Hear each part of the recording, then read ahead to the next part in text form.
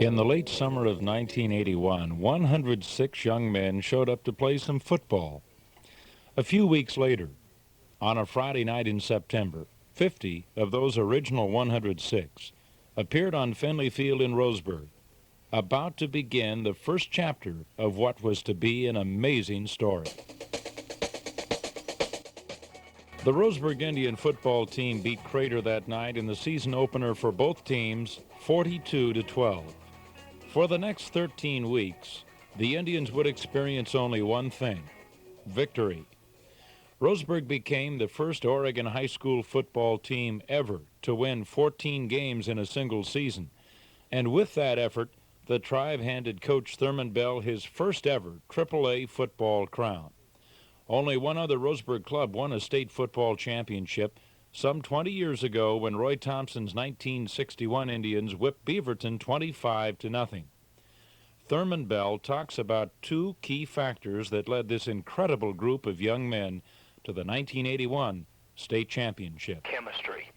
There was just that right mix of talent, intelligence, maturity, and togetherness that seemed to make it go for us. Everything seemed to work right.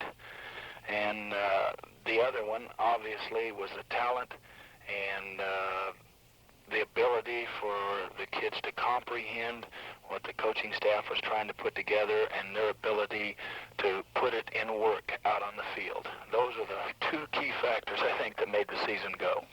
Following the season opening win against Crater, the Indians methodically shut down a big, physical Concord, California team 21-0.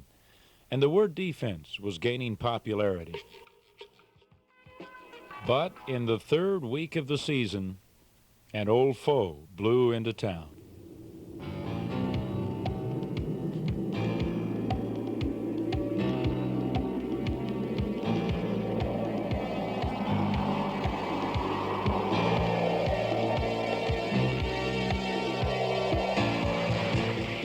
Thurman Bell has had a lot of success with the Roseburg football program. He's not had a lot of success against Medford. In the past 11 years, Bell and all the Roseburg fans had experienced seeing more than one good Indian football team lose to the infamous Medford Bounce. But this year was not like other years. Before the year was out, this Roseburg team would develop an incredible reputation for goal line stands. It really started in this game. The Tribe drew first blood with a field goal by Norwegian foreign exchange student Geir Gudehagen, nicknamed Fjord by frustrated sportscasters who never could pronounce his name. But Medford came back to take the lead on this play. Second and goal from the 7. Coming up 3:50 to go, first quarter. Clark goes out to the right, looks like he wants to throw. Now he's coming back to the near side. Indians chasing, throws into the end zone. Caught, touchdown! And the Black Tornado is on the board with a 7-yard touchdown pass from Darren Clark to Brock Wallace. That 7-3 lead was the first time the Indians fell behind this season, and one of the very few times they would all year. In the second quarter, Roseburg took the lead back. Double tight ends. Wilson brings him to the line of scrimmage. From 1 yard out, Corey, handoff, Skoglund, touchdown. Skoglund off the left side. Geir Gudehagen chips it up and good.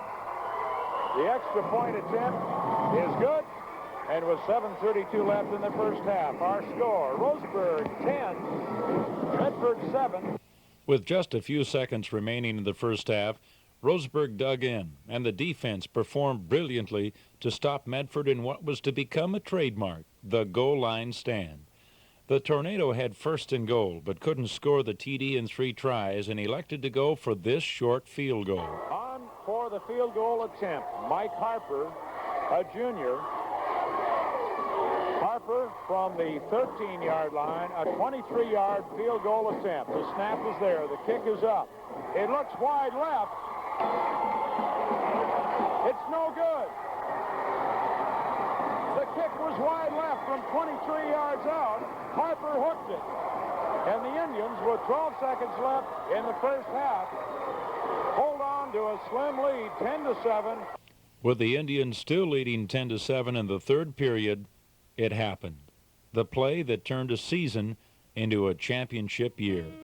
The Black Tornado have always found a way. And in the third period, Roseburg faced a fourth down punting situation in their own territory. Glenn Cripps took the low snap, stepped into the ball, but it was blocked. Medford recovered deep inside Roseburg territory and once again had a first and goal at the Roseburg 3. 2 plays netted 2 yards. It was 3rd and goal at the 1. You talk about a big play. Here it is. Sattel and Gibson again behind Clark. Clark motions to his backs, calling out the signals, going to pitch out to the far side. It's to Gibson. Gibson's run down at the 9-yard line. What a play! It's Craig Ball who ran him down on the far side. Ball is strong side, the strong side cornerback on the far side. A great play and a big loss. Brings up 4th down. 4th and goal, this time from the 9. They had 1st and goal at the 3-yard line, and now they have 4th and goal at the 9. Split receiver to the right side. Scott Reynolds. I formation behind Darren Clark, the quarterback. Pass into the end zone. Incomplete. No good. Indians take over. Holy mackerel. What a great play. Mark Altenhoff in the flanker was the intended receiver, and it might have been Craig Ball again or possibly Ed Stratton in there to knock the ball away. I didn't see which one it was, but somebody made a great play in the end zone to knock that one away, and the Indians have held again. Guess what side of the field momentum is on? Medford was broken. That incredible goal line stand did to the Black Tornado what they had so often done to the Indians. The Tribe offense took little time at going the length of the field immediately following the great defensive series. Wilson takes the snap, hands off to the fullback. Big hole up the middle, Rick Cram. Cram to the 35 and to the 36.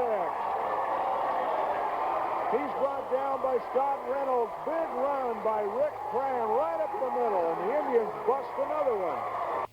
You think that was good?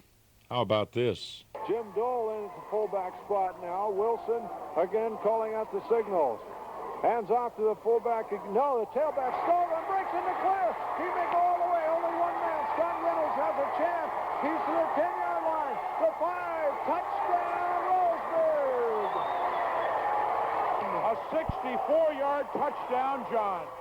This sort of thing doesn't happen often against Medford, so what the heck? How about another TD, guys? Wilson at the line of scrimmage. 1st and goal. Handoff to Skoglund. Touchdown. Jamie Skoglund, tailback on the blast play. Goes in from 7 yards out.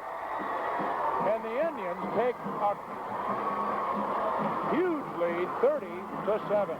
Final score, Roseburg 30, Medford 7.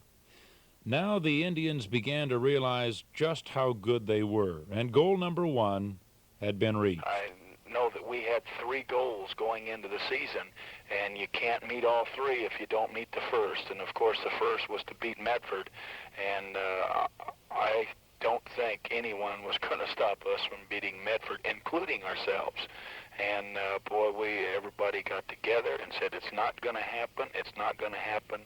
And those 2 goal line stands in that ball game kind of set the trend for the season and typified the entire ball club. The Tribe methodically crushed their next 4 opponents. They beat Ashland 28-0, Hidden Valley 49-13, Grants Pass 34-0, and Mazama 62-0.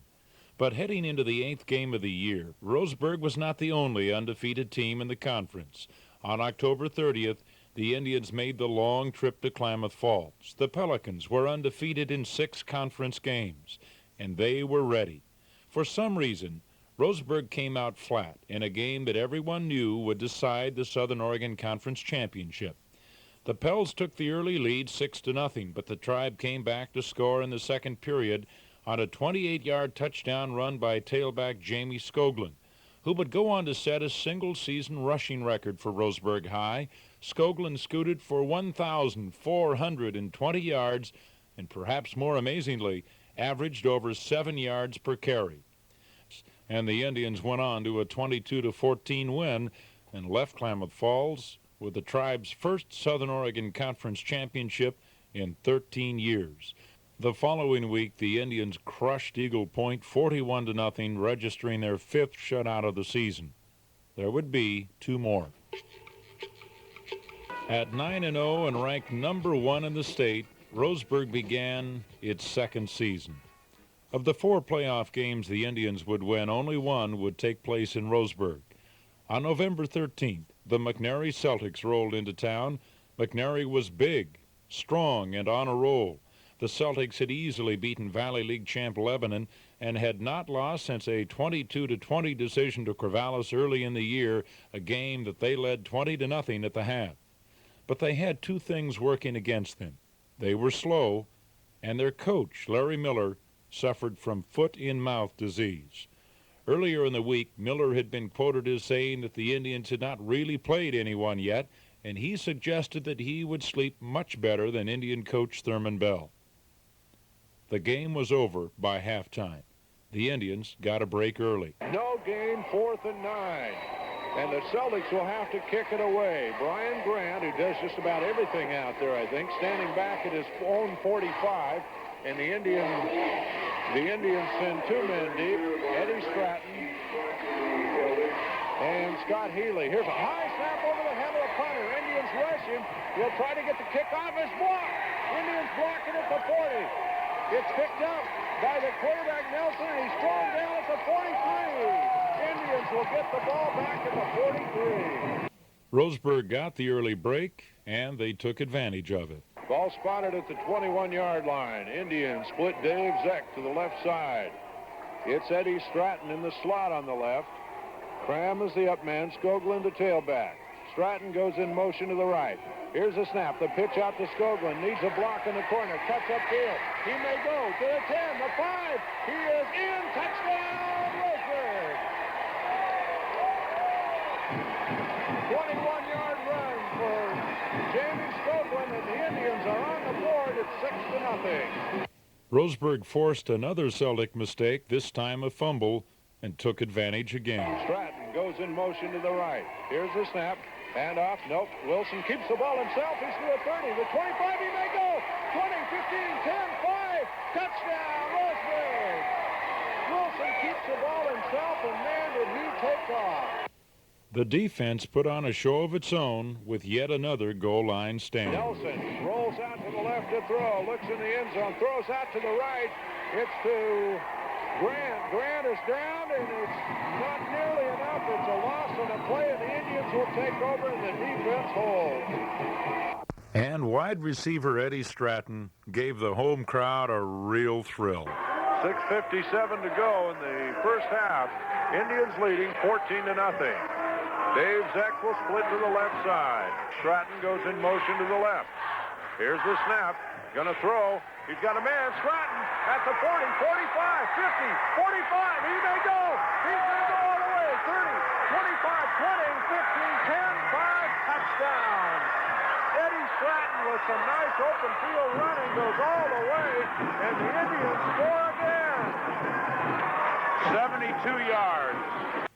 Final score, Roseburg 41, McNary 0. Shutout number 6. On November 20th, the Indians went north to Civic Stadium in Portland.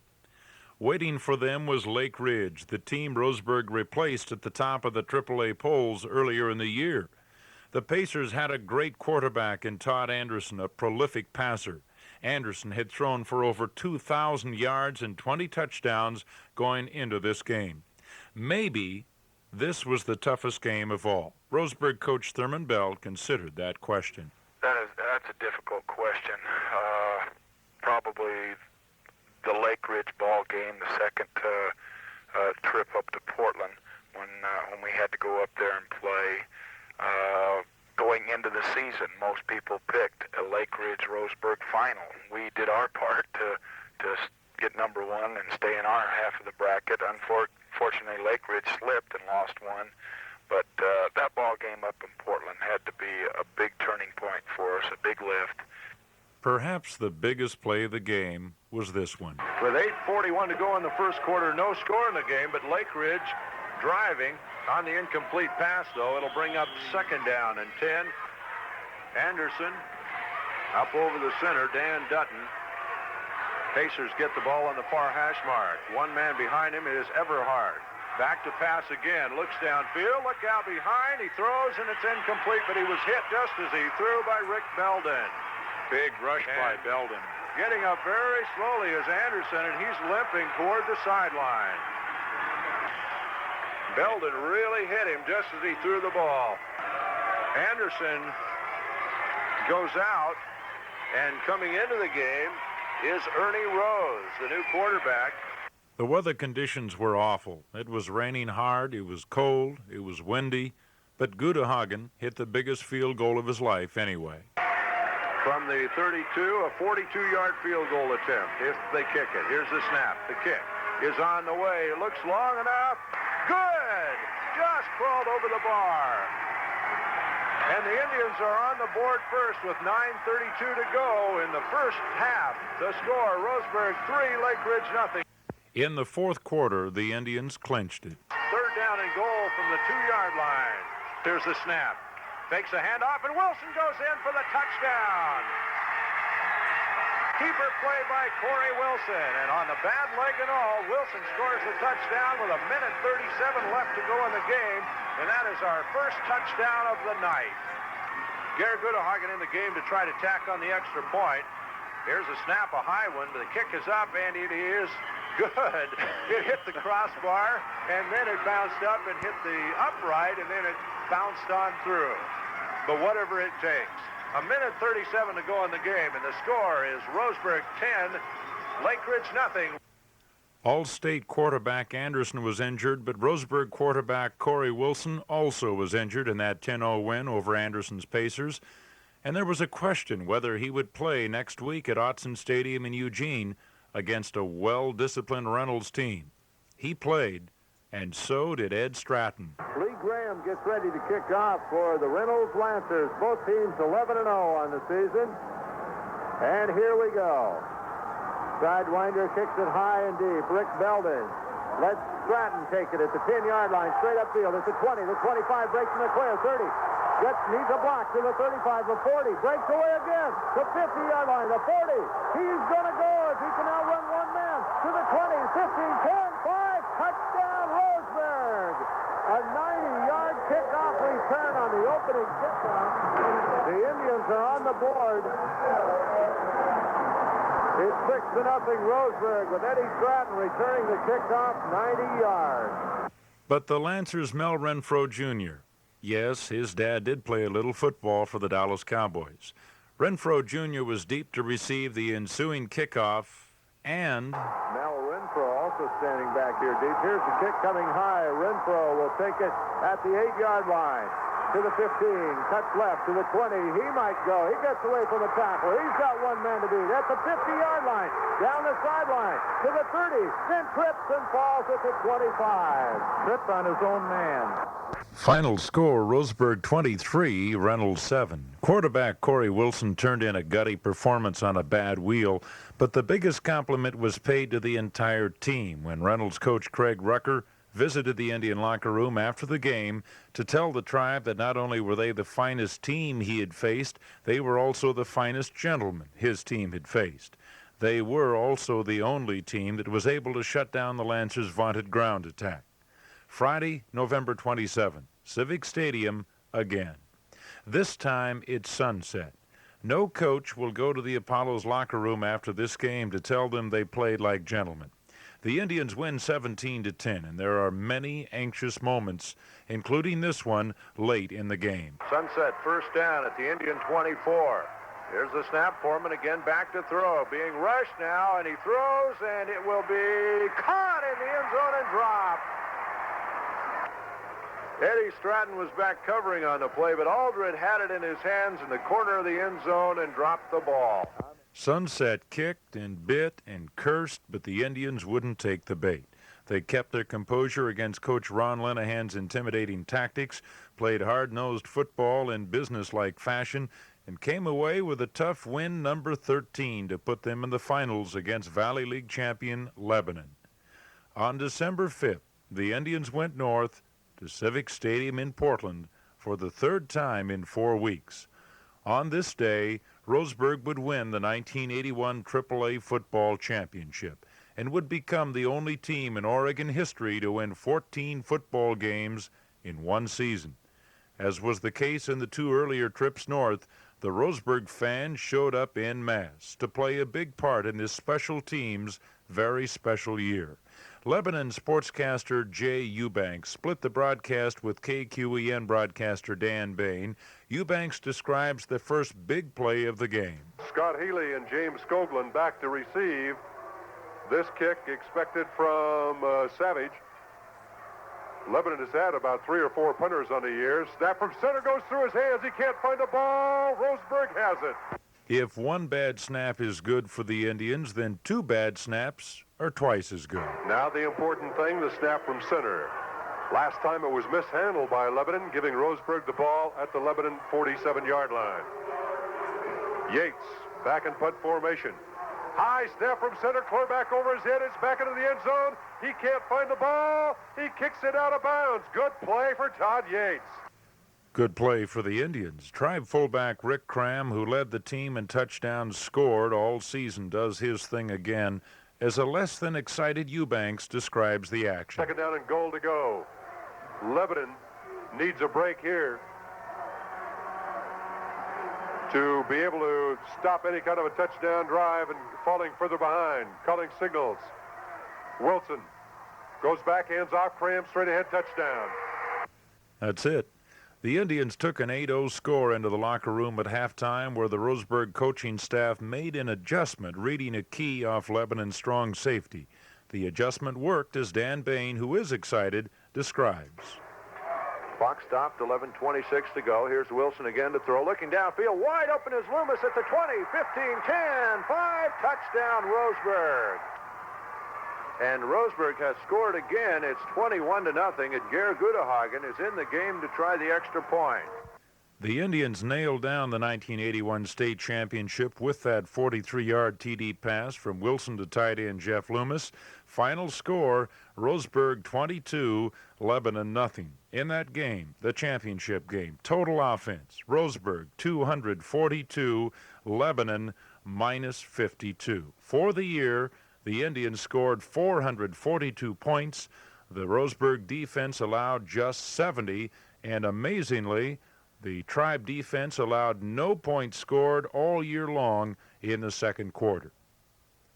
Crater, Concord, California, Medford, Ashland, Hidden Valley, Grants Pass, Mazama, Klamath Union, Eagle Point, McNary, Lake Ridge, Reynolds, Sunset, Lebanon. 14 games, 14 wins. It was a very good year. I've been involved in some big emotional contests, both as an athlete and as a coach in sports other than football, and had a lot of high points. And to me, as a coach, this was the high point of my coaching or playing career.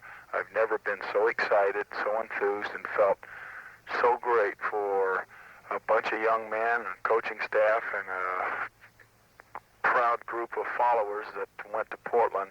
And I think the greatest thrill I've had is when I had the opportunity to do something that down deep I wanted to do and would not let the players do until we finally did it. We got that number 1. We earned it, and I had the opportunity to signal we're number 1 along with the rest of the team, and I had a chance to show my enthusiasm also with the kids. That was one of the greatest things that's ever happened to me.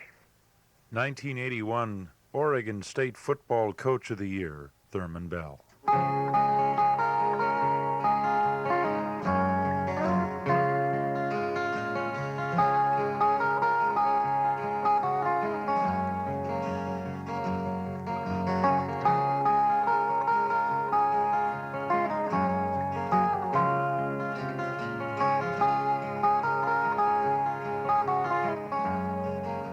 The The 1981 football Indians, they were quite a group.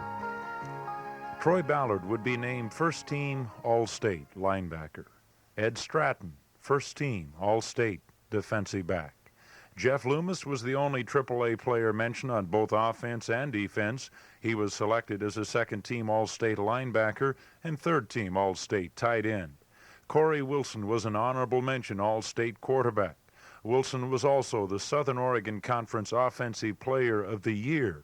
Troy Ballard was the conference's Defensive Player of the Year. And for the second year in a row, his teammates voted him the most valuable player for the Roseburg Indians. 5'5" strong safety Dan Alberts was voted the most inspirational player, and Mike Andrew was named most improved by his teammates. Wide receiver Dave Zeck played his best during the time he was needed the most, the playoffs. Defensive ends Matt Domashowski and Rick Belden developed into tremendous players at those critical positions. Damo was a first-team all-conference center and defensive end. And the defensive line, led by big Glenn Cripps and talented nose guard Russ Davis, were awesome. The offensive line, Greg Hulbert, Steve Metz, Matt Domashowski, Mike Shawn, Ballard, and Loomis worked with power and precision as the Indians' option ground game simply could not be stopped by anyone for an entire game. Craig Ball and Ed Stratton teamed with Alberts and free safety Zeck, another all-leaguer, to form perhaps the best secondary in Bell's 11 seasons at Roseburg. Scott Healy, Scott Frey, Kurt Chambers, and Matt Manning were four reasons why the Indians also had great depth. 6'1", 235-pound senior lineman Joe Deldano, a transfer from Alaska, might have had the best year of all in perspective. His team went 14-0 this year. Last year, his team went 0-9. It was a very good year, gentlemen, and we thank you for your tremendous play, your maturity, and your conduct. It was a lot of fun for all of us, and we'll not soon forget you.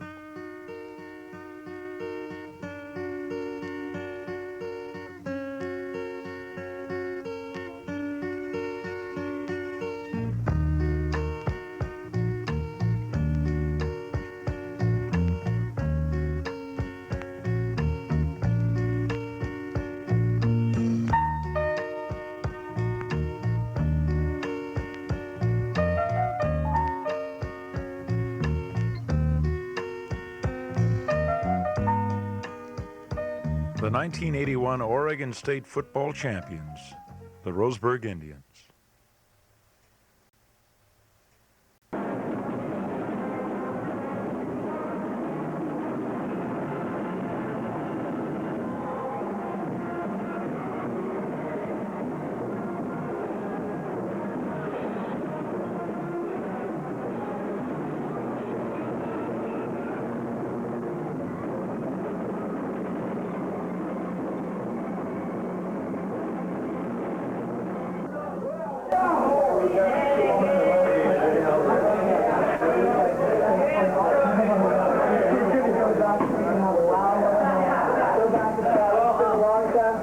Free safety,